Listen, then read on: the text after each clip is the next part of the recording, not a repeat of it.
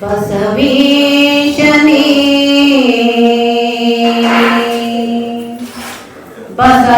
ಬಸವರಾಜನೇ ಬಸವಣ್ಣನೇ ಬಸವ ತಂದೆ ಬಸವ ಕೃಪಾನಿಧಿ ಬಸವ ಪರಮೇಶ್ವರೀಶ್ವರ ಬಸವ ಪ್ರಮಥಾದಿದೇವ ರಕ್ಷಿಸು ಶ್ರೀ ಗುರು ಬಸವ ರಕ್ಷಿಸು ಶ್ರೀ ಗುರು ಬಸವ ರಕ್ಷಿಸು ಶ್ರೀ ಗುರು ಬಸವ ಪ್ರಥಮಂತು ಬಸವಣ್ಣ ದ್ವಿತೀಯಂತು ಲಿಂಗವೋ ತೃತೀಯಂತು ತತ್ವ ಬ್ರಹ್ಮಾಂಡವೆಲ್ಲ ಅಕಳಂಕ ಗುಣನಿಧಿ ಚಿದಾನಂದ ಬಸವಂಗೆ ಬಹುತನಾದಿನು ಗುರುವಿ ಯೋಗಿನಾಥ ಆದಿಯಾಧಾರದಲ್ಲಿ ಆದ ಪಂಚಮ ಸೀಮೆ ಗ್ರಾಮವೆಂಟನು ನೋಡಿ ಹತ್ತ ನೋಡಿ ಸೀಮೆ ಸಾಯುಜ್ಯದಲ್ಲಿ ಸಂಗಮವು ಆರುಡೆ ಆ ಬಸವ ಪುತ್ರನೈ ಯೋಗಿನಾಥ ಆ ಬಸವ ಪುತ್ರನೈ ಯೋಗಿನಾಥ ಆ ಬಸವ ಪುತ್ರನೈ ಯೋಗಿನಾಥ ಆ ಬಸವ ಪುತ್ರನೈ ಯೋಗಿನಾಥ.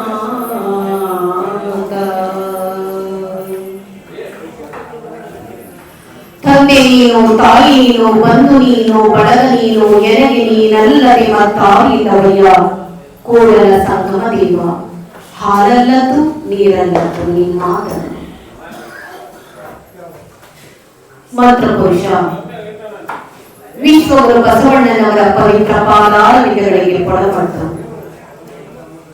ಎನ್ನ ಗುರುಗಳನ್ನ ಹೃನ್ಮಂದಿರದಲ್ಲಿ ಸ್ಮರಿಸಿಕೊಳ್ಳುತ್ತಾ ವೇದಿಕೆ ಮೇಲೆ ಆಸೀನರಾದಂತಹ ಶಿಕಾರಿಪುರದ ವಿರಕ್ತ ಮಠದ ಪೂಜ್ಯ ಗುರೂಜಿಯವರ ಪಾದ ಪದ್ಮಗಳಿಗೆ ನಮಸ್ಕರಿಸುತ್ತ ಈ ಸಮಾರಂಭದ ಅಧ್ಯಕ್ಷರಾಗಿರುವಂತಹ ಶರಣರಾದ ಬಸವನಗೌಡ ನಾಗಪ್ಪ ಗೌಡರು ಮತ್ತಿಕೋಟೆ ಇವರ ಅಂತರಾತ್ಮಕ್ಕೆ ವಂದಿಸಿ ತಾಲೂಕಿನ ಶರಣ ಸಾಹಿತ್ಯ ಪರಿಷತ್ತಿನ ಅಧ್ಯಕ್ಷರಾಗಿರುವಂತಹ ಶರಣರಾದ ಎಂ.ಕೆ. ಶೇಷಧರ ಸ್ವಾಮಿಯವರೇ ಹಾಗೂ ತಾಲೂಕು ವೀರಶೈವ ಸಮಾಜದ ಅಧ್ಯಕ್ಷರಾಗಿರುವಂತಹ ಮಾರಳ್ಳಿ ಸುಧೀರ್ ಅವರೇ ಹಾಗೂ ಶಿಕ್ಷಕ ವೃತ್ತಿಯನ್ನು ನೆರವೇರಿಸಿಕೊಂಡು ಈ ಕಾರ್ಯಕ್ರಮದ ಸಚೇತಕ ಶಕ್ತಿಯಾಗಿ ರಾಷ್ಟ್ರ ರಾಜ್ಯ ಪ್ರಶಸ್ತಿ ವಿಜೇತ ಶಿಕ್ಷಕರಾಗಿ ತಮ್ಮದೇ ಆದ ಛಾಪನ್ನು ನಮ್ಮ ತಾಲೂಕಿನಲ್ಲಿ ಮೂಡಿಸಿದಂತಹ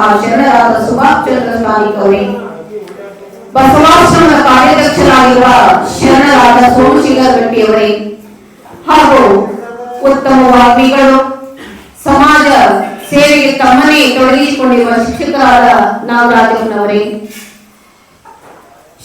ಶಿರಾಳಕೊಪ್ಪ ಭಾಗದಿಂದ ಆಗಮಿಸಿದಂತಹ ರೈತ ಸಮಾಜದ ಮುಖಂಡರು, ಶರಣ ಸೇವಾ ಸಮಾಜದ ಸಚೇತಕ ಶಕ್ತಿಯಾಗಿರುವಂತಹ ಶರಣರಾದ ಪ್ಯಾಟಿ ಈರಣ್ಣನವರೇ, ಇದೇ ಗ್ರಾಮದ ಶರಣರಾದಂತಹ ದೇವಸ್ಥಾನ ಕಮಿಟಿಯ ವ್ಯವಸ್ಥಾಪಕರಾಗಿರುವಂತಹ ಶರಣರಾದ ಪರಮೇಶ್ವರವರೇ, ಶರಣರಾದ ಕಾರ್ಯದರ್ಶಿಯವರಾಗಿರುವ ರೇಣು ಸಿದ್ದಪ್ಪನವರೇ ಹಾಗೂ ಶರಣರಾದಂತಹ ವೀರಪ್ಪ ಶಿಕಾರಿಪುರ್ ಇವರೇ, ನೆರೆದಿರುವ ಗ್ರಾಮದ ಎಲ್ಲ ಶರಣರೇ, ತಾಯಿಯರೇ, ಪುಟಾಣಿ ಮಕ್ಕಳೇ, ಯುವಕರೇ, ತಮ್ಮೆಲ್ಲರ ಅಂತರಾತ್ಮಕ್ಕೆ ವಂದಿಸ್ತಾ ಇದ್ದೇನೆ. ಸರ್ವರಿಗೂ ಶರಣು ಶರಣಾರ್ಥಿ.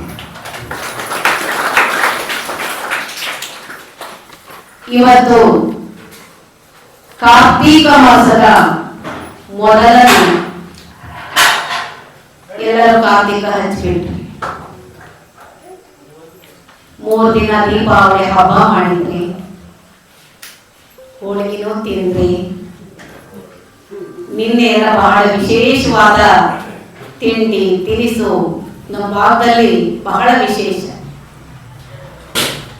ನಾನು ಸುಮಾರು ವರ್ಷಗಳ ಕೆಳಭಾಗದಲ್ಲಿ ಊರಿಗೆ ಬಂದಿದ್ದೆ, ಬಸವ ಜ್ಯೋತಿ ಯಾತ್ರೆ ತಗೊಂಡು. ಅವಾಗ ಬಂದಿದ್ದಕ್ಕೂ ಇವಾಗೂ ಬಹಳ ವ್ಯತ್ಯಾಸ ಇದೆ. ನಿಮ್ ಊರು ನೋಡಾಗಿದೆ, ರೋಡಲ್ಲಿ ಹೋಗ್ತಿರ್ತೇವೆ ಅವಾಗ ಇವಾಗ ಆಕಸ್ಮಿಕ ಎಲ್ಲಾದ್ರೂ ಹೋಗ್ಬೇಕಾದ್ರೆ. ಆದ್ರೆ ಒಳಗಡೆ ಬಂದ ತಕ್ಷಣ ನೋಡ್ರಿ ಬೀದಿ ಮಧ್ಯದಲ್ಲಿ ಬಸವಣ್ಣವ್ರ ದೇವಸ್ಥಾನ ಕೂತ್ಕೊಂಡಿದೆ. ಇದು ಚಂದ ಕಾಣ್ತಿದೆ. ಎಲ್ಲಾ ದೇವಸ್ಥಾನಗಳು ನಿಮ್ಮೂರಲ್ಲಿ ಚೆನ್ನಾಗಾಗ್ಬಿಟ್ಟಾವೆ. ಜೊತೆಗೆ ನಿಮ್ಮ ಊರಿನ ಮನೆಗಳನ್ನ ನೋಡಂಗದ ಬಹಳ ಆಶ್ಚರ್ಯ ಆಗ್ತದೆ. ಶುಂಠಿ ಗಾಳಿ ಬಿಸೈತೋ, ಅಡಿಗೆ ಗಾಳಿ ಬಿಸೈತೋ, ಭತ್ತದ ಗಾಳಿ ಬಿಸೈತೋ, ಕಬ್ಬಿನ ಗಾಳಿ ಬಿಸೈತೋ ಗೊತ್ತಿಲ್ಲ. ಒಟ್ನಲ್ಲಿ ಎಲ್ಲರ ಮನೆಗಳಿಗೂ ಟೈಲ್ಸಿನ ಗಾಳಿ ಅಂತ ನೋಡಕ್ ಬಹಳ ಚಂದ. ನನಗೆ ಅದಕ್ಕೆ ಹೆಮ್ಮೆ. ಎಲ್ಲಿ ಹೋದ್ರು ನಾವು ಶಿವಮೊಗ್ಗ ಜಿಲ್ಲೆಗೆ ಬಂದಾಗ ನಮಗೆ ಬಹಳ ಖುಷಿ ಆಗುತ್ತೆ. ಉತ್ತರ ಕರ್ನಾಟಕ ಭಾಗಕ್ಕೆ ಹೋಗ್ತೇವಲ್ಲ, ಯಾವಾಗ ನಮ್ಮ ಕಡೆ ಹೋಗ್ತೇವೆ ಅನಿಸ್ತದೆ. ಅಲ್ಲಿ ಮಳೆ ಕಡಿಮೆ, ನೀರು ಕಡಿಮೆ, ಶಿಸ್ತು ಕಡಿಮೆ, ಸ್ವಚ್ಛತೆ ಕಡಿಮೆ. ನಾವು ಭಾಗದಲ್ಲಿ ಅದೆಲ್ಲ ಕಾಣ್ತೇವೆ. ಅಡುಗೆ ಮಾಡೋದ್ರಲ್ಲಿ ತಗೊಳ್ರಿ ನಮ್ಮ ತಾಯಿದ್ರು, ನಮ್ಮ ರೈತರು ದುಡಿಯೋದ್ರಲ್ಲಿ ತಗೊಳ್ರಿ. ರಾಜಕೀಯ ಮಾಡೋದ್ರಲ್ಲಿ ಏನು ಕಡಿಮೆ ಇಲ್ರಿ. ನಮ್ಮ ತಾಲೂಕಿನ ಭಾರಿ ಜೋರಿದ್ದಾರೆ. ಯಾಕೆಂದ್ರೆ ರಾಜಕಾರಣಿಗಳು ವೇದಿಕೆ ಮೇಲೆ ಕುತ್ಕೊಂಡಾರೆ. ಯಾವ್ದು ಜನ ಬರ್ದೇ ಇದ್ರು ಎಲೆಕ್ಷನ್ಗೆ ಜನ ಬರ್ತಾರೆ. ಏನ್ರಿ ಸುದ್ದಿ ನೋಡ್ರೆ ಮೊನ್ನೆ ನೋಡಂಗಿತ್ತು, ನಮ್ಮ ಧನರಾಜ್ ಶಾಲೆ ಶಿಕಾರಿಪುರದಲ್ಲಿ ಟಿಎಪಿಸಿ ಇದ್ರದ್ದು ಎಲೆಕ್ಷನ್ಗೆ ಎಷ್ಟು ಜನ ಸೇರಿತ್ತು ಅಂತ. ಒಳ್ಳೆ MLA ಎಲೆಕ್ಷನ್ ಆದಂಗ ನಮ್ಮ ಏನ್ ಯಡಿಯೂರಪ್ಪ ಗಾಳಿ ಬೀಸಿದ್ದಂತ ಅದಕ್ಕೆ ಎಲೆಕ್ಷನ್ ಅಂತ ತಕ್ಷಣ ಜನ ಸೇರ್ತಾರೆ. ಆದ್ರೆ ನಾವೀಗ ಬಂದಿರೋದು ರಾಜಕೀಯ ಗಾಳಿ ತಗೊಂಡಲ್ಲ, ಇದು ಧರ್ಮದ ಗಾಳಿ, ಜ್ಞಾನದ ಗಾಳಿ. ಇವತ್ತು ಕಾರ್ತಿಕತೆ ಮೊದಲನೇ ದಿನ ಮತ್ತಿಕೋಟೆಯಲ್ಲಿ ಮಾಡಬೇಕನ್ನೋದು ನಮ್ಮ ಶಿಕಾರಿಪುರ ತಾಲೂಕಿನ ಹಿರಿಯರ ಆಸೆ, ನಮ್ಮ ಸ್ವಾಮೀಜಿಯವರ ಆಸೆ. ಏನಪ್ಪ ನಿಮ್ಮೂರಲ್ಲಿ ಅಂತದೈತೋ ನಿಮಗೆ ಗೊತ್ತು. ಆದ್ರೆ ಒಂದನ್ನು ನಾವಿಲ್ಲಿ ಗಮನಿಸ್ಬೇಕು. ಇಲ್ಲಿ ಬ್ಯಾನರ್ ನೋಡಿದ್ದೀವಿ, ಕಾರ್ತೀಕ ಮಾಸದಲ್ಲಿ ಸುಜ್ಞಾನದ ಬೆಳಕು. ರಾಷ್ಟ್ರಕವಿ ಕುವೆಂಪು ಅವರ ಒಂದು ಕವನವನ್ನು ನಾವಿಲ್ಲಿ ನೆನಪು ಮಾಡ್ಕೋಬಹುದು. ಕಾರ್ತೀಕದ ಕತ್ತಲಲ್ಲಿ ಆಕಾಶ ದೀಪವಾಗಿ ನೀ ಬಂದೆ, ಬಟ್ಟೆ ಕೆಟ್ಟವರಿಗೊಂದು ದೊಂದಿ ದಿಕ್ಕಾಗಿ 8 ಶತಮಾನಗಳ ಹಿಂದೆ ಅಗ್ನಿ ಖಡ್ಗವನಾಂತ ಓ ಆಧ್ಯಾತ್ಮ ಕ್ರಾಂತಿವೀರ, ದೇವ ದಯೆಯೊಂದು ಧೀರವತಾರ ಶ್ರೀ ಬಸವೇಶ್ವರ. ಎಂತಹ ಮಾತು! ಇದೇನು ಮುಂದುವರಿತದೆ. ರಾಷ್ಟ್ರಕವಿ ಕುವೆಂಪು ನಮ್ಮ ಶಿವಮೊಗ್ಗ ಜಿಲ್ಲೆಯ ಕುಪ್ಪಳ್ಳಿಯ ಗ್ರಾಮದವರು. ಮೈಸೂರಿನ ಮಾನಸ ಗಂಗೋತ್ರಿಯಲ್ಲಿ ಅವರ ಕಾಯಕ. ಆಧ್ಯಾತ್ಮ ಜೀವಿಗಳು, ಸಾಹಿತಿಗಳು, ಉಪನ್ಯಾಸಕರು. ಕುವೆಂಪು ರಂಗಮಂದಿರ ಅಂತ ಹೆಸರನ್ನ ಕೇಳಿದಿರಿ ನಮ್ಮ ಶಿವಮೊಗ್ಗದಲ್ಲಿ. ಚಿಕ್ಕಮಗಳೂರಲ್ಲೂ ಕುವೆಂಪು ರಂಗಮಂದಿರ. ಯಾಕೆ ನಾ ಈ ಮಾತನ್ನು ಹೇಳ್ತೇನೆ ಅಂದ್ರೆ, ನಮ್ಮ ಶಿವಮೊಗ್ಗ ಜಿಲ್ಲೆ ಆಧ್ಯಾತ್ಮಿಕ ತವರೂರು, ರಾಜಕೀಯ ತವರೂರು, ಸಾಹಿತಿಗಳ ತವರೂರು, ಮಲೆನಾಡು, ಬಹಳ ಪ್ರಸಿದ್ಧಿಯನ್ನು ಪಡೆದಿರುವಂತಹ ಇಂತಹ ರಾಷ್ಟ್ರಕವಿ ಕುವೆಂಪು ಅವರು ಬಸವಣ್ಣನವರ ಬಗ್ಗೆ ಹೇಳ್ತಾ ಇದ್ದಾರೆ. ವರ್ಷದಲ್ಲಿ 12 ತಿಂಗಳು 12 ಅಮಾವಾಸ್ಯೆಗಳು. ಅದರಲ್ಲಿ ಕಾರ್ತಿಕ ಅಮಾವಾಸ್ಯೆಗೆ ದೀಪಾವಳಿ ಬರ್ತದೆ. ಆವಾಗ ಈ ದೀಪವನ್ನು ಹಚ್ಚುವಂತ ಕೆಲಸ ನಮ್ಮ ಪರಂಪರೆಯಲ್ಲಿ ಮೂಡಿಬಂದಿದೆ. ಯಾಕೆ 12 ಅಮಾವಾಸ್ಯೆಯಲ್ಲಿ ಕಾರ್ತಿಕ ಅಮಾವಾಸ್ಯೆ ಅಂದ್ರೆ ಕಗ್ಗತ್ತಲಿನ ಅಮಾವಾಸ್ಯೆ ಅಂತ, ತುಂಬಾ ಕತ್ತಲಲ್ಲಿ ಈ ಅಮಾವಾಸ್ಯೆ. ಅಂತಹ ಅಮಾವಾಸ್ಯೆ ದಿನವೇ ಈ ಬೆಳಕನ್ನ ಹಚ್ಚುವಂತಹ ನೋಡ್ರಿ ನಮ್ಮ ಹಿರಿಯರು ಹಾಕಿಕೊಟ್ಟಿರುವ ಸಂಪ್ರದಾಯ. ಮನೆ ಮನೆಗೆ ಜ್ಯೋತಿಯನ್ನು ಮೂಡಿಸ್ಬೇಕು, ಗುಡಿ ಗುಂಡಾರಗಳಲ್ಲಿ ಜ್ಯೋತಿಯನ್ನು ಮೂಡಿಸ್ಬೇಕು, ಬೆಳಕಾಗ್ಲಿ ಅನ್ನುವಂತಹದ್ದು. ಕಗ್ಗತ್ತಲಿನ ದಿನ ಬೆಳಕಾಗ್ಲಿ ಅಂತ ಕಗ್ಗತ್ತಲಿನ ಅಮಾವಾಸ್ಯೆಗೆ ಅಷ್ಟೊಂದು ಜ್ಯೋತಿಗಳನ್ನ ಮೂಡಿಸಿದ್ರು. ಅದ್ರಲ್ಲಿ ಮತ್ತೊಂದು ಆಕಾಶ ದೀಪ ಅಂತ ನೀವು ಕಟ್ಕೊಂಡಿರ್ತೀವಿ. ಏನು ಸ್ಟಾರ್ ಎಲ್ಲ ಮನೆಗಳಲ್ಲಿ ಹಾಕಿದ್ದಾರೆ, ಲೈಟ್ಗಳು ಹಾಕಿದ್ದಾರೆ. ಆಮೇಲೆ ಆಕಾಶ ಬುಟ್ಟಿ ಅಂತ ಕಟ್ಕೊಂತೀರಿ. ಇಷ್ಟೆಲ್ಲ ಬೆಳಕಿದ್ರು ಆಕಾಶ ಪುಟ್ಟಿ ಕಟ್ಟೋಕ್ ಹೇಗೆ ವಿಶೇಷ ಇರ್ತದಲ್ಲ, ಬಹಳ ಪವರ್ಫುಲ್ ಇರ್ತದೆ, ಬೆಳಕು ಪ್ರಕಾಶಮಾನವಾಗಿರ್ತದೆ, ಅದೊಂಥರ ಆಕರ್ಷಣೆ ಇರ್ತದೆ. ಹಾಗೆ ಬಸವಣ್ಣನವರು ಈ ಜಗತ್ತಿನಲ್ಲಿ ಅಜ್ಞಾನ ತುಂಬಿ ತುಳುಕುತ್ತಿರುವಾಗ ಆಕಾಶ ಪುಟ್ಟಿಯಂತೆ ಆಕಾಶ ದೀಪದಲ್ಲಿ ಜಗತ್ತಿಗೆ ಬೆಳಕನ್ನ ಕೊಡಲು ಹುಟ್ಟಿ ಬಂದವರು ಬಸವಣ್ಣನವರು. ಕಾರ್ತೀಕದ ಕತ್ತಲಲ್ಲಿ ಆಕಾಶ ದೀಪದಂತೆ ಬಸವಣ್ಣನವರು ದೊಡ್ಡಿ ದಿಕ್ಕಾದಂತಹ ಬಸವಣ್ಣನವರು ಈ ಜಗತ್ತಿಗೆ ಜ್ಞಾನ ಪ್ರಚಾರಕ್ಕಾಗಿ ಬಂದಿದ್ದಾರೆ. ನಾವೆಲ್ಲ ಅನ್ಕೊಂಡಿದ್ದೇವೆ ದೀಪಾವಳಿ ಹಬ್ಬ ಅಥವಾ ಕಾರ್ತಿಕದ ಈ ತಿಂಗಳು ಅಂತ ಅಂದ್ರೆ ಬರೀ ಜ್ಯೋತಿ ಮೂಡಿಸ್ಬಿಡೋದು ಅಂತ, ದೀಪ ಹಚ್ಚೋದು ಅಂತ. ಅದು ಸಂಕೇತ ಮಾತ್ರ. ಜ್ಯೋತಿಯನ್ನು ಎಲ್ಲಿ ಮೂಡಿಸ್ಕೋಬೇಕು? ನಮ್ಮ ಮನಸ್ಸಿನಲ್ಲಿ ಮೂಡಿಸ್ಕೋಬೇಕು.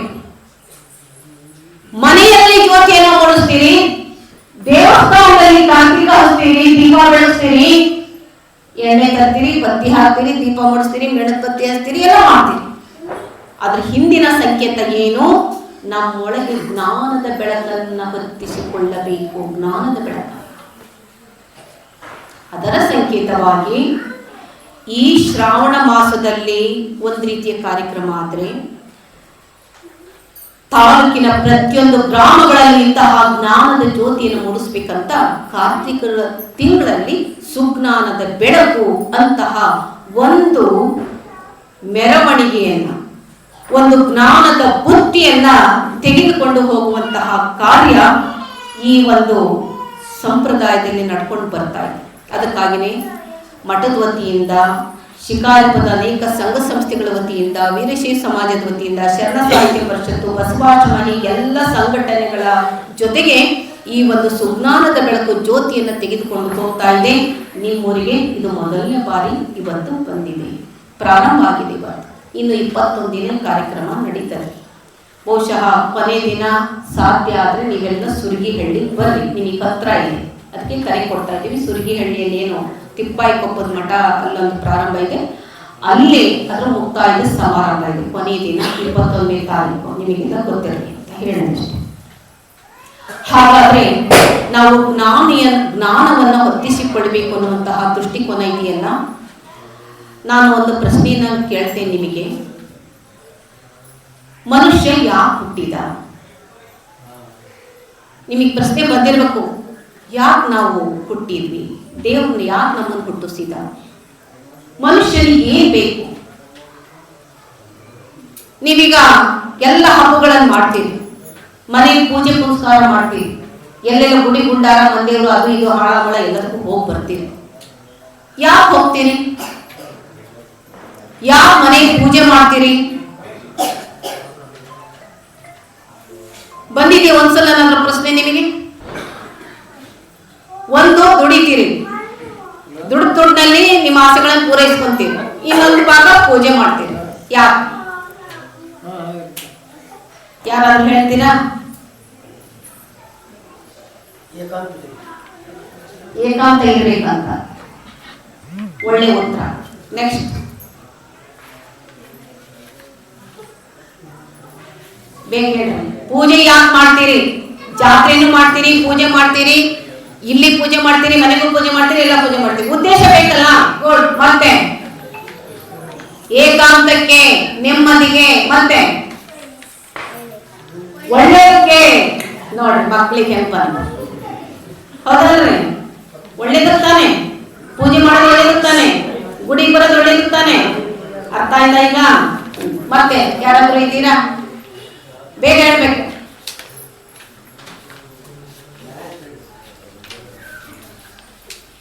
ಯಾರ ಮ್ಯಾನೇಜ್ಮೆಂಟ್ ಅಂದ್ರ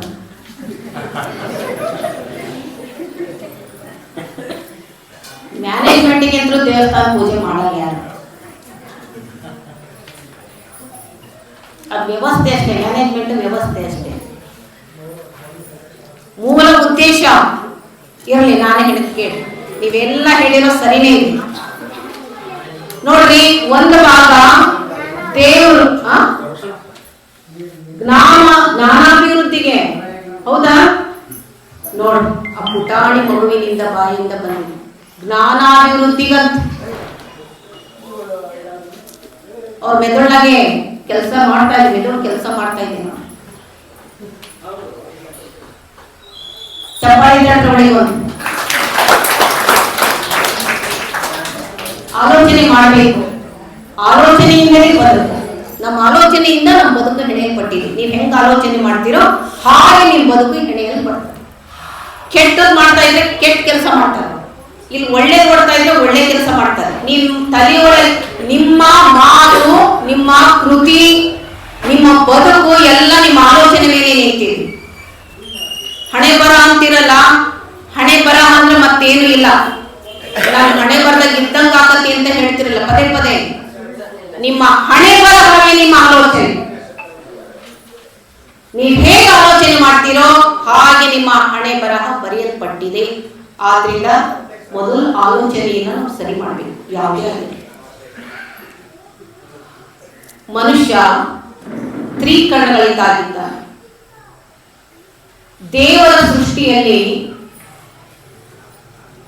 ಪಂಚಭೂತಗಳ ಸೃಷ್ಟಿಯಾಯಿತು. ಮೊದಲು ಪೃಥ್ವಿ, ಅಗ್ನಿ, ವಾಯು, ಆಕಾಶ, ಆಮೇಲೆ ಸಸ್ಯರಾಶಿ, ಆಮೇಲೆ ಕ್ರಿಮಿಕೀಟಗಳು, ಆಮೇಲೆ ಪ್ರಾಣಿಗಳ ಸಂಕುಲ, ಕೊನೆಯಲ್ಲಿ ಆಗಿರುವಂತಹದ್ದು ಮನುಷ್ಯ.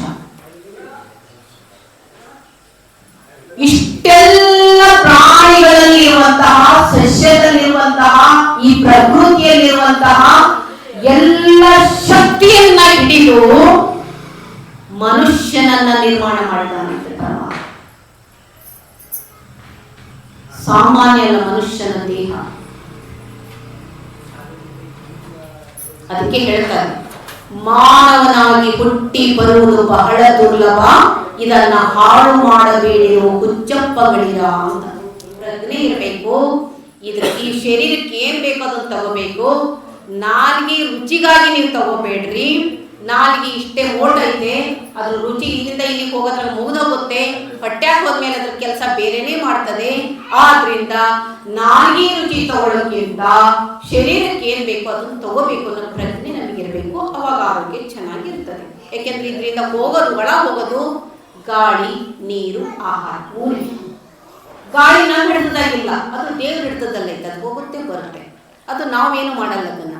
ಆದರೆ ನಾವು ತಗೋಬೇಕಾಗಿರೋದು ನೀರು, ಆಹಾರ ಅಂದ ಮೇಲೆ ಅದನ್ನ ನಾವು ಸರಿಯಾಗಿ ಕಾಪಾಡ್ಕೋಬೇಕು. ಇದು ಚೆನ್ನಾಗಿದ್ರೆ ಇನ್ನೆಲ್ಲ ನೀವು ಮಾಡ್ಬೋದು. ಹೌದಾ? ಅದಕ್ಕಾಗಿ ಸ್ಥೂಲ ಶರೀರದ ರಕ್ಷಣೆಗೆ ಅನ್ನ ಬೇಕು. ಅದು ನೀವು ತಗೊಂತೀರಿ. ಸ್ವಲ್ಪ ಪ್ರಜ್ಞೆ ಇಟ್ಕೊಂಡು ತಗೊಳ್ರಿ, ಒಳ್ಳೆ ಆಹಾರ ತಗೊಳ್ರಿ ಅಷ್ಟೇನೆ. ಆದ್ರೆ ಅದು ನೀವು ತಗೊಳ್ತಾ ಇದ್ದೀರಿ. ಇನ್ನು ಸೂಕ್ಷ್ಮ ಶರೀರಕ್ಕೂ ಬೇಕಲ್ಲ ಆಹಾರ, ಅದು ಕೊಡ್ತಾ ಇದ್ದೀರಾ? ಸೂಕ್ಷ್ಮ ಶರೀರ ಯಾವುದಪ್ಪ? ಸ್ಥೂಲ ಶರೀರ ಇಲ್ಲಿ ಕಣ್ಣಿಗೆ ಕಾಣ್ತಾ ಇದೆ. ಸೂಕ್ಷ್ಮ ಶರೀರ ಯಾವುದು? ಮನಸ್ಸು. ಅದಕ್ಕೂ ಆಹಾರ ಬೇಕು. ಅದಕ್ಕೆ ಆಹಾರ ಕೊಟ್ರೆ ನೆಮ್ಮದಿ ಶಾಂತಿಯಿಂದ ಇರ್ತೀರಿ. ಆದ್ರೆ ದುರ್ದೈವ ಅದಕ್ಕೆ ಆಹಾರವೇ ಕೊಡಲ್ಲ. ಅದಕ್ಕೆ ಕೆಲಸ ಕೊಟ್ಟಿರಿ, ಆಹಾರ ಕೊಡ್ತಾ ಇಲ್ಲ. ಕೆಲಸ ಅಂದ್ರೇನು? ಮನೆ ಕಟ್ಟೋಣ, ಸೈಟ್ ತಗೊಳ್ಳೋಣ, ದುಡ್ಡು ಮಾಡೋಣ, ಇನ್ನೊಂದು 10 ಎಕರೆ ಅಡಿಕೆ ಹಚ್ಚೋಣ, ಒಳ್ಳೊಳ್ಳೆ ಬಟ್ಟೆ ಹಾಕೋಣ, ಕಾರ್ ತಗೊಳ್ಳೋಣ, ಟೂರ್ ಮಾಡೋಣ, ಜಗಳ ಮಾಡೋಣ, ದುಡ್ಡು ಹೊಡ್ಕೊಳ್ಳೋಣ ಯಾರ್ದಾರ, ಇಂಥ ಕೆಲಸ ಕೊಡ್ತಾ ಇದ್ದೀರಿ. ಅದಕ್ಕೆ ಅದಕ್ಕೆ ಆಹಾರ ಕೊಡ್ತಾ ಇಲ್ಲ. ಆಹಾರ ಕೊಡದೇ ಇರೋದ್ರಿಂದ ಸೂಕ್ಷ್ಮ ಶರೀರಕ್ಕೆ ಬರೀ ಕೆಲಸ ಕೊಡ್ತಾ ಇರೋದ್ರಿಂದ ಅದು ಒಳ್ಳೆ ಕೆಲಸ ಮಾಡೋದ್ ಬಿಟ್ಟು ಒಂದೊಂದ್ಸಲ ಎತ್ತಬೇಕಾದ್ರೆ ಹೊಂಟ್ಬಿಟ್ಟು ಇಷ್ಟೆಲ್ಲ ಸಮಸ್ಯೆಗಳಾಗಲಿ, ಜಗಳ ಆಗ್ಲಿಕ್ಕೆ, ದ್ವೇಷ ಆಗ್ಲಿಕ್ಕೆ, ಅವ್ರು ನೀವು ದ್ವೇಷ ಮಾಡ್ಲಿಕ್ಕೆ, ಕೊಲೆ, ಸುಲಿಗೆ, ದುಶ್ಚಟ, ದುರ್ಗುಣ, ದುರ್ಭಾವ ಇದೆಲ್ಲ ಉಂಟಾಗ್ಲಿಕ್ಕೆ ಕಾರಣ ಏನು? ಆ ಸೂಕ್ಷ್ಮ ಶರೀರಕ್ಕೆ ನೀವು ಆಹಾರ ಕೊಟ್ಟಿಲ್ಲ. ಹಾಗಾದ್ರೆ ಆ ಸೂಕ್ಷ್ಮ ಶರೀರಕ್ಕೆ ಏನ್ ಆಹಾರ? ಅದಕ್ಕೆ ಅನ್ನ ಕೊಡೋದು ಬರಲ್ರಿ. ಅದ್ ಕಣ್ಣಿಗೆ ಕಾಣಿಸಲ್ಲ, ಕೈಗೆ ಸಿಗಲ್ಲ. ಆಗ ಅದು ಹೇಳ್ದಂಗೆ ಇದು ಕೇಳ್ತದೆ. ಇದು ಸುಮ್ಮನೆ ಡೆಡ್ ಬಾಡಿ ಇದ್ದಂಗಿದು. ಡೆಡ್, ಅದ್ ಮನ್ಸು ಇರ್ಲಿಲ್ಲ, ಅದ್ ಒಳಗಿರೋ ಚೈತನ್ಯ ಇರ್ಲಿಲ್ಲ ಅಂದ್ರೆ ಇದು ಡೆಡ್ ಬಾಡಿ. ಅದು ಆಡಿಸ್ತದ ಒಳಗ ಸೂಕ್ಷ್ಮ ಶರೀರ ಇದನ್ನ ಆಡಿಸ್ತಾ ಇದೆ. ಆ ಸೂಕ್ಷ್ಮ ಶರೀರದ ಜೊತೆಗೆ ಯಾವ ಸೇರ್ಕೊಂಡು ಗೊತ್ತಾ? ಪಂಚ ಇಂದ್ರಿಯಗಳು ಸೇರ್ಕೊಂಡು. ಪಂಚ ಜ್ಞಾನೇಂದ್ರಿಯಗಳು, ಕಣ್ಣು, ಕಿವಿ, ಮೂಗು, ನಾಲಿಗೆ, ಚರ್ಮ, ಇವಷ್ಟು ಆ ಮನಸ್ಸಿನ ಜೊತೆಗೆ ಸೇರ್ಕೊಂಡು, ಅವು ಸೇರ್ಕೊಂಡು ಮನಕ್ಕಿಂತ ಮನಸ್ಸೇ ಅವುಗಳನ್ನ ಆಡಿಸ್ತಾ ಇದೆ. ಹೆಂಗ್ ಬೇಕಾದ್ರೆ ಆಡಿಸ್ತಾ ಇದೆ. ಅದಕ್ಕಾಗಿಯೇ ಅವು ಕಂಟ್ರೋಲಿಗೆ ಸಿಗ್ತಾ ಇಲ್ಲ. ಅತೀ ಕಾಮುಕತೆ, ಅತೀ ತಿನ್ನೋದು, ಅತೀ ದುರಾಸೆಯಿಂದ ಗಳಿಸೋದು, ನೆಮ್ಮದಿಯನ್ನ ಕಳ್ಕೊಳ್ಳೋದು, ಇದೆಲ್ಲದೂ ಕಾರಣ ಏನು? ಮನಸ್ಸಿಗೆ ಆಹಾರ ಕೊಡದೇ ಇರೋದು. ಆ ಮನಸ್ಸಿಗೆ ಆಹಾರ ಯಾವುದಾದ್ರೂ ಇದ್ರೆ, ಮನಸ್ಸಿಗೆ ಆಹಾರ ಯಾವುದಾದ್ರೂ ಇದ್ರೆ ಅದು ಜ್ಞಾನ ಮಾತ್ರ, ಜ್ಞಾನ ಮಾತ್ರ, ಸಜ್ಜನರ ಸಂಗ ಮಾತ್ರ. ಈ ಕಾರ್ಯಕ್ರಮದ ಉದ್ದೇಶ ಮನಸ್ಸಿಗೆ ಆಹಾರ ಕೊಡುವಂಥದ್ದು, ಸುಜ್ಞಾನದ ಬೆಳಕು. ಕಾರ್ತೀಕದ ಮಾಸದಲ್ಲಿ ಸುಜ್ಞಾನದ ಬೆಳಕು. ಇದಕ್ಕೇನಾದ್ರೂ ಜ್ಞಾನ ಕೊಟ್ರೆ, ಆಹಾರ ಕೊಟ್ರೆ, ಅವಾಗ ಮನಸ್ಸು ಹದ್ದುಬಸ್ತಿನಲ್ಲಿರ್ತದೆ. ಆವಾಗ ನಿಮ್ಮ ಬದುಕು ಎತ್ತೆತ್ತಲು ಹೋಗದೆ ಅದು ಸರಿಯಾದ ಮಾರ್ಗದಲ್ಲಿ ಹೋಗ್ತದೆ, ಸರಿಯಾದ ಮಾರ್ಗ. ಅದಕ್ಕಾಗಿಯೇ ತನುವಿಗೆ ಅನ್ನ, ಮನಸ್ಸಿಗೆ ಜ್ಞಾನ. ತನುವಿಗೆ ಅನ್ನ, ಮನಸ್ಸಿಗೆ ಜ್ಞಾನ, ಇವೆರಡಾಯ್ತು. ಇನ್ನು ಆತ್ಮ ಅಂತ ಒಂದು ಇದೆಯಲ್ಲ, ಚೈತನ್ಯ ಇದೆಯಲ್ಲ, ಆ ಚೈತನ್ಯ ಇರೋವರೆಗೂ ನಾವು ಜೀವಂತವಾಗಿರ್ತೇವೆ. ಆ ಚೈತನ್ಯ ಹೊರಟೋದ ತಕ್ಷಣ ಇದು ಸತ್ತ ಹೆಣ ಆಗಿಬಿಟ್ಟಿರ್ತದೆ. ಹೌದಾ? ಸತ್ತ ಮೇಲೆ ದೇಹ ನಂದು, ದೇಹ ನಂದು, ಇದು ಹಂಗೆ ಕಾಪಾಡ್ಕೋಬೇಕು, ಹಿಂಗೆ ಕಾಪಾಡ್ಕೋಬೇಕಂತೇವಿಲ್ಲ. ಅದು ಆ ಚೈತನ್ಯ ಹೋದ್ಮೇಲೆ ಇದು ಸುಮ್ಮನೆ ಬಿದ್ದಿರ್ತದೆ, ಇದು ಗೊತ್ತೇ ಆಗಲ್ಲೇನು. ನೋಡಿದೀರ ಸತ್ತರನ್ನ? ನಿಮ್ಮನೆ ಸತ್ತರ ಇಲ್ಲ ಯಾರು? ಒಂದ್ಸಲ ನಾವು ಸತ್ ನೋಡ್ಬೇಕು, ಅವಾಗ ಗೊತ್ತಾಗುತ್ತೆ. ನಾವು ಚನ್ನಗಿರಿ ತಾಲೂಕಿನಲ್ಲಿ ಒಂದು ಉದಾಹರಣೆ ಹೇಳ್ತೇನೆ. ಚನ್ನಗಿರಿ ತಾಲೂಕಿಗೆ ಒಂದು ಊರಿಗೆ ಹೋಗಿದ್ದೆ. ಅವರೊಬ್ಬರು ಹಿರಿಯರು, ಸುಮಾರು 85 ವರ್ಷ ಆಗಿತ್ತು ಅವರಿಗೆ. ಅವರು ಆಧ್ಯಾತ್ಮ ಜ್ಞಾನಿಗಳವರು. ಆದ್ರೆ ಅವ್ರಿಗೆ ಏನಾಯ್ತು ಅಂದ್ರೆ ಸಾಯೋದು ಇನ್ನೂ 2 ವರ್ಷ ಇತ್ತು. ಅವರು ಇನ್ನೂ ಸತ್ತಿರಲಿಲ್ಲ, ವಯಸ್ಸಾಗಿತ್ತು, ಇನ್ನೇನು ಸಾಯ್ತಾರೆ ಅಂತ ಅವರಿಗೆ ಗೊತ್ತಾಗಿತ್ತು. ಅವರಿಗೆ ಅಷ್ಟು ಅನುಭವ ಜ್ಞಾನ ಇತ್ತು. ಅವ್ರು ಹೇಳಿದ್ರು ಮಕ್ಕಳಿಗೆ, ನೋಡಪ್ಪ ಬರ್ರಿ, ನಾನಿದ್ದಾಗ ನಾನು ತಿಥಿ ಮಾಡಿಬಿಡ್ರಿ ಅಂತ. ನಾನು ಸತ್ತ ಮೇಲೆ ನನ್ನ ತಿಥಿ ಮಾಡಿ ನೀವು ಯಾರಿಗೆ ಊಟ ಹಾಕ್ತಿರೋ, ಏನು ಮಾಡ್ತಿರೋ, ಹೆಂಗೆ ಮಾಡ್ತಿರೋ ನಂಗೆ ಗೊತ್ತಿಲ್ಲ, ಗೊತ್ತಿರಲ್ಲ, ನಾವು ಸತ್ತಿರ್ತೇವೆ. ಇದ್ದಾಗಲೇ ನಾನು ನೋಡ್ಬೇಕಲ್ಲ ನನ್ನ ತಿಥಿನ ಹೆಂಗೆ ಮಾಡ್ತೀರಿ ಅಂತ, ಅದೊಂದು ಅನುಭವಿಸ್ಬೇಕು ಅಂತ ಹಠ ಹಿಡ್ಬಿಟ್ರು ಅಜ್ಜ. ಮಕ್ಕಳು 2 ಗಂಡು ಮಕ್ಕಳು ಆಯ್ತು ಅಂದ್ರೆ ನೀವು ತಿಥಿ ಮಾಡಿದ್ರು. 25 ಹಳ್ಳಿ ಜನರನ್ನು ಸೇರಿಸಿ, ಸ್ವಾಮಿಗಳನ್ನ ಕರೆದು ಎಲ್ಲ ಮಾಡಿ, ತಿಥಿ ಮಾಡಿ, ಫೋಟೋ ಇಟ್ಟು ಎಲ್ಲ ಮಾಡಿ ಹೆಂಗೆ ಮಾಡ್ತಾರೆ ನೋಡ್ರಿ, ಚಂದಾನೆ ಮಾಡಿದ್ರ ತಿಥಿ ಮಾಡಿ. ಅವ್ರ ಆಸೆ ಪೂರೈಸಿದ್ರು. ಇದು ವಿಶೇಷ ಹೌದಲ್ರಿ? ನಾನು ಕೇಳಿದೆ ಆಮೇಲೆ, ಸತ್ ಮೇಲೆ ಮಾಡಿದ್ರೆ ಇಲ್ಲ, ಸತ್ ಮೇಲೂ ಮಾಡಿದ್ವಿ ರೀ. ಅದೇನು ಮಾಡಿದ, ನಮ್ಮ ಅಪ್ಪನ ಆಸೆ ಈಡೇರಿಸಬೇಕಾಗಿತ್ತು, ನನ್ನ ತಾಲೂಕಿನಲ್ಲೇ ಆಗಿಲ್ಲ ಇಂಥ ಒಂದು ಘಟನೆ ಅಂತ ಹೇಳಿ. ಅದೊಂದು ವಿಶೇಷ ಅನ್ನಿಸ್ತು ಆ ಸಂದರ್ಭದಲ್ಲಿ. ಯಾಕಿದು ಹೇಳ್ತಾ ಇದ್ದೇನೆ ಅಂದರೆ ನಾವು ಸತ್ತ ಮೇಲೆ ಹೆಂಗಿರ್ಬೋದು ವಾತಾವರಣ ಅಂತ ಹೇಳಿ ಅಲ್ಲಿ ಗೊತ್ತು ಮಾಡ್ಕೊಳ್ಲಿಕ್ಕೆ. ಆದ್ರೆ ಅನುಭಾವಿಗಳಿಗೆ, ಯೋಗಿಗಳಿಗೆ ನಾವಿದ್ರೂ ಅಷ್ಟೇ, ಸತ್ರು ಅಷ್ಟೇ. ಸತ್ತ ಮೇಲೆ ದೇಹ ಹೊರಟು ಹೋಗುತ್ತೆ, ಆದ್ರೆ ಆತ್ಮ ಶಾಶ್ವತವಾಗಿರ್ತದೆ. ನಾವು ಮಾಡಿರೋ ಕೆಲಸಗಳು ನಮ್ಮ ಹಿಂದೆ ಬರೆಯಲ್ಪಟ್ಟಿರ್ತವೆ. ಇವತ್ತೇನಾದ್ರೂ ನೀವಿಷ್ಟು ಚಂದ ಹುಟ್ಟಿದ್ರೆ, ನಿಮಗೇನಾದರೂ ದೇವರು ಸ್ವಲ್ಪ ಹೊಟ್ಟೆ ಬಟ್ಟೆಗೆಲ್ಲ ಚಂದ ಕೊಟ್ಟಿದ್ರೆ, ಆಸ್ತಿ, ಮನೆ, ಅಂತಸ್ತು, ಗಂಡ ಹೆಂಡತಿ ಸಂಬಂಧ, ಪ್ರೀತಿ, ವಿಶ್ವಾಸ ಎಲ್ಲ ನಿಮಗೆ ಸಿಕ್ಕಿತ್ತು ಅಂದ್ರೆ ಹಿಂದಿನ ಜನ್ಮದಲ್ಲಿ ಮಾಡಿದ ಪುಣ್ಯದ ಪ್ರತಿಫಲದ ಸಿಕ್ಕಿದೆ. ಎಷ್ಟೋ ಜನ ಊಟ ಇಲ್ಲದೆ ಸಾಯ್ತಾರೆ, ಬಡವರ ಮನೆಯಲ್ಲಿ ಕೊಡ್ತಾರೆ, ಹೆಳವರಾಗಿ ಕೊಡ್ತಾರೆ, ಮಾತಿಲ್ಲದೆ ಕೊಡ್ತಾರೆ. ಹೌದಾ? ಅದಕ್ಕಾಗಿಯೇ ನಮ್ಮ ಹುಟ್ಟು ನಮ್ಮ ಹಿಂದಿನ ಜನ್ಮದ ಕರ್ಮದ ಫಲ. ಒಳ್ಳೆ ಕರ್ಮ ಮಾಡಿದ್ರೆ ಒಳ್ಳೆ ಸಿಕ್ಕಿದೆ, ಕೆಟ್ಟ ಕರ್ಮ ಮಾಡಿದ್ರೆ ಕೆಟ್ಟ ಫಲ ಸಿಕ್ಕಿದೆ. ಹಾಗಾದ್ರೆ ಸ್ಥೂಲ ಶರೀರಕ್ಕೆ ಆಹಾರ ಕೊಟ್ರಿ, ಸೂಕ್ಷ್ಮ ಶರೀರಕ್ಕೆ ಪ್ರತಿನಿತ್ಯ ಇನ್ಮೇಲೆ ನೀವು ಆಹಾರ ಕೊಡ್ಲೇಬೇಕು. ಒಂದಿನ ಕೊಡೋದಲ್ಲ. ಈಗ ಎಚ್ಚರಿಕೆ ಕೊಡಕ್ ಬಂದಿರೋದು, ಈ ಕಾರ್ಯಕ್ರಮದ ಮೂಲಕ ಎಚ್ಚರಿಕೆ ಕೊಡಕ್ ಬಂದಿರೋದು. ಹಾಗ ದಿನಾನು ಬರ್ತೀರೇನ್ರಿ ನೀವಂತ ನೀವು ನಮಗೆ ಕೇಳಬೇಡ್ರಿ. ದಿನ ಆಯ್ತು ನಾವು ಬರಕ್ಕಾಗಲ್ಲ. ಯಾರು ನಿಮ್ಮ ಮನೆಗಳಲ್ಲಿ, ನಿಮ್ಮೂರಲ್ಲಿ, ನಿಮ್ಮ ದೇವಸ್ಥಾನಗಳಲ್ಲಿ ಕನಿಷ್ಠ ವರ್ಷಕ್ಕೊಮ್ಮೆನಾದ್ರೂ ಮಾಡ್ಬೇಕಂತ ಶ್ರಾವಣ ಮಾಸದಲ್ಲಿ ಪುರಾಣ ಹಚ್ಚೋ ಪದ್ಧತಿ ಬಂದಿರೋದು ಈ ಕಾರಣಕ್ಕಾಗಿದೆ, ಜ್ಞಾನ ಪ್ರಚಾರಕ್ಕಾಗಿ ಎಚ್ಚರಿಕೆ ಕೊಡ್ಲಿಕ್ಕೆ ಬಂದಿರೋದು. ಆದ್ರೆ ನಮ್ಮ ಶರಣರೇ ಮಾಡಿದ್ರು, ಅದೆಲ್ಲ ಮಾಡ್ಲಿಕ್ಕಾಗಲ್ಲ ಅಂತ ವಚನ ಸಾಹಿತ್ಯವನ್ನ ಕೊಟ್ರು. ನಿಮ್ಮ ನಿಮ್ಮ ಮನೆಗಳಲ್ಲಿ ಜಗುಲಿ ಮೇಲೆ ಇಟ್ಕೊಳ್ರಿ, ಪ್ರತಿನಿತ್ಯ ಪೂಜೆ ಮಾಡಿದಾಗ ಕನಿಷ್ಠ ಒಂದೊಂದು ವಚನ ಓದ್ರಿ. ಜ್ಞಾನದ ವಿಕಾಸಕ್ಕಾಗಿ, ಮನಸ್ಸಿನ ಚಂಚಲತೆಯನ್ನು ಕಡಿಮೆ ಮಾಡಲಿಕ್ಕಾಗಿ ಆ ಒಂದು ವಚನ ಸಾಹಿತ್ಯವನ್ನು ಕೊಟ್ಟರು. ಅದನ್ನ ನಾನು ನಿಮಗೆ ನಂತರ ಹೇಳ್ತೇನೆ. ಸ್ಥೂಲ ಶರೀರಕ್ಕೆ ಅನ್ನ, ಸೂಕ್ಷ್ಮ ಶರೀರಕ್ಕೆ ಜ್ಞಾನ. ಇನ್ನು ಕಾರಣ ಶರೀರ ಅಂದ್ರೆ ಆತ್ಮಕ್ಕೆ ಏನ್ ಕೊಡಬೇಕು ಅಂದ್ರೆ ಧ್ಯಾನ ಕೊಡಬೇಕು. ನೀವು ಇಷ್ಟ ತನಕ ಹೇಳಿದ್ರಲ್ಲ, ಪೂಜೆ ಮಾಡ್ತೇವೆ ಯಾಕೆ? ಶಾಂತಿಗೆ, ನೆಮ್ಮದಿಗೆ ಅಂತ ಹೇಳಿದ್ರಲ್ಲ. ಇದೆಲ್ಲ ಯಾರಿಗೆ? ಆತ್ಮಕ್ಕೆ. ಇಲ್ಲಿ ಬಂದು ಹಣ್ಕಾಯಿ ಕೊಡ್ತೀರಿ, ಪೂಜೆ ಮಾಡ್ತೀರಿ, ನಮಸ್ಕಾರ ಮಾಡ್ತೀರಿ. ಏನು ಮಾಡ್ತೀರಿ? ನಮಸ್ಕಾರ ಮಾಡ್ಬೇಕಾರೆ ಕಣ್ಣು ಮುಚ್ಕೊಂತೀರಿ? ಇಲ್ಲ, ಒಳ್ಳೇದು ಮಾಡಕ್ಕಂತ ಕೇಳ್ತೀರಿ ನೀವು. ಕಣ್ಣು ಮುಚ್ಕೊಂಡಾಗ ಏನು? ಬಾಹ್ಯದ್ದು ಶಾಶ್ವತ ಇಲ್ಲ, ಅಂತರಂಗದ್ದೇ ಶಾಶ್ವತ, ಚೈತನ್ಯವೇ ಶಾಶ್ವತ, ಆತ್ಮನೇ ಶಾಶ್ವತ, ಆತ್ಮನ ಪ್ರತಿರೂಪ ಪರಮಾತ್ಮನೇ ಶಾಶ್ವತ. ಅವನನ್ನು ನಂಬಬೇಕು, ಅವನನ್ನು ನಂಬಿದ ನನಗೆಲ್ಲ ಸಿಗ್ತದೆ, ಅವನು ನಂಬಿದ್ರೆ ನನಗೆ ಮುಕ್ತಿ ಸಿಗ್ತದೆ ಅಂತ ಹೇಳಿ ಕಣ್ಣು ಮುಚ್ಕೊಂಡು ಕೈ ಮುಗಿತೀವಿ. ಮೂಲಭೂತಿ ಬಸವಣ್ಣನವರು ಹೇಗೆ ಬದುಕಿದ್ರು ಅಂತ ನೆನ್ಪು ಮಾಡ್ಕೊಳ್ತಾ ಇದ್ದೀವಿ. ನಿಮ್ಮೂರಲ್ಲಿ ಯಾರಾದ್ರೂ ದಾನ ಧರ್ಮ ಮಾಡಿಕೊಂಡು ಪರೋಪಕಾರ ಮಾಡಿಕೊಂಡು ಒಳ್ಳೆ ದೃಷ್ಟಿಯಲ್ಲಿ ಬದುಕಿದ್ರೆ, ಕುಟುಂಬಕ್ಕೂ ಊರಿಗೂ ಒಳ್ಳೇದಾಗೋ ಬದುಕಿದ್ರೆ ಅಂತ ಈಗಲೂ ನೀವು ನೆನ್ಪು ಮಾಡ್ಕೊಂಡಿದ್ದೀರಿ. ನನಗೆ ಗೊತ್ತಿಲ್ಲ ನಿಮ್ಮೂರಲ್ಲಿ ಯಾರು ಹಾಗೆ ಬದುಕಿದ್ರು ಅಂತ, ಹೌದಾ? ಆದರೆ ಒಬ್ಬ ಕಳ್ಳ ಸುಳ್ಳ ಮಳ್ಳ ಸತ್ತಿದ್ರೆ ಅವ್ನು ಹೋಗಿದ್ದು ಒಳ್ಳೇದಾಯ್ತು ಅಂತ. ಅದಕ್ಕೆ ನಮ್ಮ ಬದುಕು ಸಾರ್ಥಕ ಆಗಬೇಕಾದ್ರೆ ಇದ್ದಾಗಲೇ ಮುಂದೆ ಹೆಂಗೆ ಬದುಕಬೇಕು ಅನ್ನೋದನ್ನು ನಾವು ತಿಳ್ಕೋಬೇಕು. ನಿಮ್ಮ ಕರ್ತವ್ಯಗಳನ್ನು ಸರಿ ಮಾಡಿ, ಸೋಮಾರಿಗಳಾಗಬೇಕು. ಯಾವ್ಯಾವ ವಯಸ್ಸಿನಲ್ಲಿ ಏನೇನು ಮಾಡಬೇಕು ಆ ಕರ್ತವ್ಯಗಳನ್ನು ಸಮರ್ಪಕವಾಗಿ ಮಾಡಬೇಕು. ಜನರ ಜೊತೆಗೆ ಮೊದಲು ನಾವು ಪ್ರೀತಿಯಿಂದ ಇರೋದನ್ನು ಕಲಿಬೇಕು. ನಾವು ಜಗತ್ತನ್ನು ಗೆಲ್ಲೋದು ಯಾವುದರಿಂದ ಅಂದರೆ ಪ್ರೀತಿಯಿಂದ ಮಾತ್ರ. ಪ್ರೀತಿಯಿಂದ ಮಾತ್ರ. ಪ್ರೀತಿಯಿಂದ ಎಲ್ಲವನ್ನ ಗೆಲ್ಲಲಿಕ್ಕೆ ಸಾಧ್ಯ. ಆದ್ದರಿಂದ ಪ್ರೀತಿಯಿಂದ ಗೆಲ್ಲಬೇಕು ಅಂದರೆ ಮೊದಲು ನಮ್ಮ ಮಾತು ಸರಿ ಇರಬೇಕು. ನಮ್ಮ ಮಾತು ಸರಿ ಇರಬೇಕು. ನಾಡಿಗೆ ಒಳ್ಳೆಯದಾದರೆ ನಾಡೆಲ್ಲ ಒಳ್ಳೆಯದಾಗ್ತದೆ. ಬಿಟ್ಟ ಬಾಣ ಆಡಿದ ಮಾತು ವಾಪಸ್ ತಗೊಳಕ್ಕಾಗಲ್ಲ. ಆದ್ರಿಂದ ನಮ್ಮ ಮಾತು ಸರಿ ಇರಲಿ. ಯಾವುದೂ ಶಾಶ್ವತ ಅಲ್ಲ, ದೇಹವೂ ಶಾಶ್ವತ ಅಲ್ಲ. ಈ ಜಗತ್ತೇ ಶಾಶ್ವತ ಇಲ್ಲ ಅಂದ ಮೇಲೆ ದೇಹ ಇನ್ನೇನು ಶಾಶ್ವತ. ಆದ್ದರಿಂದ ನಮ್ಮ ಬದುಕು ಶಾಶ್ವತ ಆಗಿ ಇರಬೇಕು ಅಂತ ಒಂದು ಆಸೆ ಇತ್ತು ಅಂದರೆ ಚೆಂದಾಗಿ ಬದುಕಬೇಕು. ನಮ್ಮ ಮಾತು ಚೆನ್ನಾಗಿರಬೇಕು. ಅದಕ್ಕಾಗಿಯೇ ನುಡಿದರೆ ಮುತ್ತಿನ ಹಾರದಂತೆ, ನುಡಿದರೆ ಮಾಣಿಕ್ಯದ ದೀಪ್ತಿಯಂತೆ, ನುಡಿದರೆ ಸ್ಫಟಿಕದ ಶಲಾಕೆಯಂತೆ, ನುಡಿದರೆ ಲಿಂಗ ಮೆಚ್ಚಿ ಅಹುದೆನ್ನುವಂತೆ ನಾವು ಬದುಕಬೇಕು. ಜನ ಮೆಚ್ಚಲ್ಲ. ಇವತ್ತು ಮೆಚ್ಚಬಹುದು, ಹೊಗಳಬಹುದು, ನಾಳೆ ಮತ್ತೆ ನಮ್ಮನ್ನು ತೆಗಳ್ಬಹುದು. ಈ ಜನ ಹಿಂಗೆ, ಈ ಜಗತ್ತು ಹಿಂಗೆ.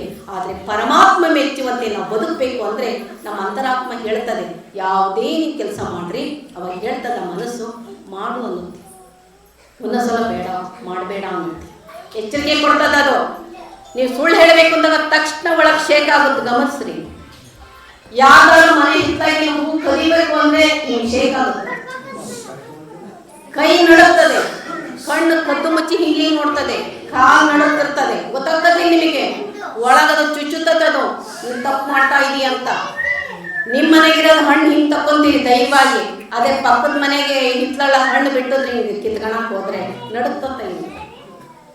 ನಮ್ಮ ಏರಿಯಾದಲ್ಲಿ ಮಾವಿನ ಹಣ್ಣು ಕದಿಯೋದು ಭಾಳ ಇದಾಗಿದೆ. ನಾನು ಚೆನ್ನಾಗಿ ಕಷ್ಟಪಟ್ಟು ಬೆಳೆಸಂಗಿಲ್ರಿ ಯಾರು. ನನಗಂತೂ ಸಿಟ್ಟು ಬರುತ್ತೆ ಒಂದೊಂದ್ಸಲ. ಅಂದ್ರೆ ಬೆಳೆಸ್ಬೇಕು, ನಾವು ತಿನ್ಬೇಕು, ಬೇರೆಯವ್ರಿಗೆ ಕೊಡ್ಬೇಕು. ಅದನ್ನು ಬಿಟ್ಟು ಯಾರಾದ್ರೂ ಕಷ್ಟಪಟ್ಟು ಗಿಡ ಬೆಳೆಸ್ಕೊಂಡಿರ್ತಾರೆ, ಮಾವಿನ ಮರ ಬೆಳೆಸಿರ್ತಾರೆ, ಅದೆಲ್ಲ ಬಿಟ್ರೆ ತಿನ್ನಬೇಕು ಅಂತ ಅವ್ರಿಗೆ ಆಸೆ ಇರುತ್ತೆ, ಕರ್ಕೊಂಡು ಹೊರ್ಕೊಂಡ್ಬರ್ತಾರೆ. ನಿಮ್ಮೂರಂತಾರಿಲ್ಲಪ್ಪ, ನೀವೆಲ್ಲ ಬಹಳ ಒಳ್ಳೆಯದು. ನಮ್ಮೂರ ಕಡೆ ಹೇಳ್ತಾ ಇದ್ದೀನಿ ನಾನು. ಅದಕ್ಕಾಗಿನೇ ಹೇಳೋದು, ಅದನ್ನು ಬಿಡಬೇಕು. ಮೊದಲು ಮಾತನ್ನ ನಾವು ಚೆನ್ನಾಗಿ ಇಟ್ಕೊಳ್ಳೋಣ. ಮಾತಿನಲ್ಲಿ ಕರ್ಕಶ, ಮನದಲ್ಲಿ ಘಾತಕತನ. ಇದರ ಒಂದೇ ಮಾತಲ್ಲಿ ಅರ್ಥ ಆಗುತ್ತೆ. ಮಾತಿನಲ್ಲಿ ಕರ್ಕಶ, ಮನದಲ್ಲಿ ಘಾತಕತನ, ಉಳ್ಳವರನ್ನ ಕನಿಷ್ಠರೆಂಬೆ. ನಿಮಗೆ ಅರ್ಥ ಆಗ್ತಾ ಇದೆ? ಮಾತಿನಲ್ಲಿ ಹೊರಟಿರ್ತಾರೆ, ಮನಸ್ಸಿನಲ್ಲೂ ಘಾತಕತನ, ಕೆಟ್ಟ ಆಲೋಚನೆ ಇರ್ತಾರೆ, ಅವರು ಕನಿಷ್ಠ. ಇನ್ನು ಮಾತಿನಲ್ಲಿ ಲಲ್ಲೆ, ಮನದಲ್ಲಿ ಕತ್ತರಿ, ಇವರು ಮಧ್ಯಮ. ಮಾತಿನಲ್ಲಿ ಚೆಂದ ಮಾತಾಡ್ತಾರೆ, ಆದರೆ ಮನಸ್ಸಿನಲ್ಲಿ ಕತ್ತರಿ ಇರ್ತಾರೆ, ಇವರು ಮಧ್ಯಮ. ಇನ್ನು ಮಾತಿನಲ್ಲಿ ಮೃದು, ಮನಸ್ಸಿನಲ್ಲಿ ಪ್ರೀತಿ. ಮಾತಿನಲ್ಲೂ ಮೃದು, ಮನಸ್ಸಿನಲ್ಲೂ ಪ್ರೀತಿ, ಇವರು ಉತ್ತಮ. ನೀವು ಉತ್ತಮರಾಗ್ತಿರೋ, ಮಧ್ಯಮರಾಗ್ತಿರೋ, ಕನಿಷ್ಠರಾಗ್ತಿರೋ, ಅದು ನಿಮಗೆ ಬಿಟ್ಟಿರೋದು. ಆದರೆ ನಮ್ಮ ಶರಣರು ಹೆಂಗೆ ಗೊತ್ತಾ, ಈ ಮೂರನ್ನು ದಾಟಿದ್ದಾರೆ. ಮಾತಿನಲ್ಲಿ ಮಂತ್ರ, ಅವರು ಮಾತಾಡಿದ್ದೆಲ್ಲ ಮಂತ್ರ. ಮನಸ್ಸಿನಲ್ಲಿ ಮಹಾನುಭಾವ, ಮಾತು ಆಡಿದ್ರೆ ಮಂತ್ರವಾಗುತ್ತೆ, ಮನಸ್ಸೆಲ್ಲವೂ ಮಹಾನುಭಾವ. ಅಂತಹ ಶರಣರು ಉತ್ತಮರಲ್ಲ, ಮಧ್ಯಮರಲ್ಲ, ಕನಿಷ್ಠರಲ್ಲ, ಅವರೇ ಅಖಂಡೇಶ್ವರರು, ಅವರೇ ಪರಮಾತ್ಮನ ಸ್ವರೂಪಿಗಳು. ಅಂತಹ ಪರಮಾತ್ಮನ ಸ್ವರೂಪಿಗಳು ನಾವಾಗಬೇಕು ಅನ್ನುವಂತಹ ದೃಷ್ಟಿಕೋನವನ್ನು ಬೆಳೆಸ್ಕೊಂಡ್ರೆ ಜಗತ್ತೆಲ್ಲವೂ ನಮ್ಮದೇ. ಆಗ ಪ್ರೀತಿ ಅನ್ನೋದು ನಮ್ಮಲ್ಲಿ ಮೊಳಕೆ ಹೊಡಿತದೆ. ಇಂತಹ ಮಾತುಗಳನ್ನು ಹೇಳ್ತಾ ಒಂದೇ ಒಂದು ಮಾತು ಕೊನೆಗೆ, ನಾವೀಗ ಒಂದು ಹೊಸದಾಗಿ ವಚನ ಪಾಠಶಾಲೆಯನ್ನು ಪ್ರತಿಯೊಂದು ಹಳ್ಳಿಗೂ ತೆರಲಿಕ್ಕೆ ನಾವೀಗ ರೆಡಿ ಮಾಡ್ಕೊಂಡಿದ್ದೇವೆ. ನಿಮ್ಮೂರಲ್ಲೂ ಮಾಡ್ತೇವೆ, ಎಲ್ಲ ಊರಲ್ಲೂ. ಯಾಕೆ ಅಂದರೆ ನಮ್ಮ ಜನ ಈಗ ಭೌತಿಕ ಸಾಮ್ರಾಜ್ಯವನ್ನು ಕಟ್ಟಿಬಿಟ್ಟಿದ್ದಾರೆ. ಆಸ್ತಿ ಮಾಡಿದ್ರಿ, ಕಾರ್ ತಗೊಂಡ್ರಿ, ಬಂಗಲೆ ಕಟ್ಕೊಂಡ್ರಿ, ಸೈನ್ ತಗೊಂಡ್ರಿ, ದುಡ್ಡು ಮಾಡ್ಕೊಂಡ್ರಿ, ಮಕ್ಕಳಿಗೆ ಕಾನ್ವೆಂಟಿಗೂ ಕಳಿಸಿದ್ರಿ, ಡಾಕ್ಟರ್ ಇಂಜಿನಿಯರ್ ಎಲ್ಲಾದ್ರೂ ಮಾಡಿದ್ರಿ. ಆದ್ರೆ ಮಕ್ಕಳು ಅಡ್ಡದಾರಿಗೆ ಹೋಗ್ತಾ ಇದ್ದಾರೆ. ಕಾರಣ ಸಂಸ್ಕಾರವಿಲ್ಲದೆ ಇರುವುದು. ಯಾಕೆಂದ್ರೆ ಭೌತಿಕ ಸಾಮ್ರಾಜ್ಯದಲ್ಲಿ ನಮ್ಮಂಗೆ ಕಷ್ಟಪಡೋದು ನಮ್ಮ ಮಕ್ಕಳಾಗಬಾರ್ದು ಅಂತ ಹೇಳಿ ಸುಖವನ್ನ ಕೊಟ್ವಿ, ಸಮೃದ್ಧಿನ ಕೊಡ್ಲಿಕ್ಕೆ ಪ್ರಯತ್ನ ಮಾಡಿದ್ವಿ. ಆದರೆ ಮಕ್ಕಳು ಸಂಸ್ಕಾರ ಕಲಿತಾ ಇಲ್ಲ. ಮೊಬೈಲ್ ಬೇಗ ಹತ್ಕೊಂಡು ಹೊಂಟಾರೆ, ದುಡ್ಡಲ್ಲಿ ಬೇಗ ಹತ್ಕೊಂಡು ಹೊಂಟಾರೆ, ಕೆಟ್ಟ ಚಟಗಳ ದಾಸರಾಗ್ತಾ ಇದ್ದಾರೆ. ಈಗಿನ ಪ್ರಸ್ತುತ ಸಂದರ್ಭದಲ್ಲಿ ಮಕ್ಕಳಿಗಂತೂ ಸಂಸ್ಕಾರ ಕೊಡಲೇಬೇಕಾದ ಅನಿವಾರ್ಯ ಪ್ರಸಂಗ ಇದೆ. ಅದಕ್ಕಾಗಿಯೇ ಪ್ರತಿಯೊಂದು ಹಳ್ಳಿಗೆ ನಮ್ಮ ತಾಲೂಕಿನಲ್ಲೂ ತೆಗಿತಾ ಇದ್ದೇವೆ. ವಚನ ಪಾಠಶಾಲೆಗಳ ಮೂಲಕವಾಗಿ ಮಕ್ಕಳಿಗೆ ಸಂಸ್ಕಾರ ಕೊಡೋದು, ನಮ್ಮ ಧರ್ಮದ ಸಾಹಿತ್ಯದ ವಚನಗಳನ್ನು ಅವರಿಗೆ ಕಲಿಸೋದು, ಅವರನ್ನ ಭವಿಷ್ಯತ್ತಿನ ಪ್ರಜೆಗಳನ್ನಾಗಿ ಮಾಡುವ ನಿಟ್ಟಿನಲ್ಲಿ, ಧರ್ಮ ಸಂಸ್ಕಾರ ಕೊಡುವ ನಿಟ್ಟಿನಲ್ಲಿ ಈ ವಚನ ಪಾಠಶಾಲೆಗಳನ್ನು ತೆರೆಯಲಾಗ್ತಾ ಇದೆ.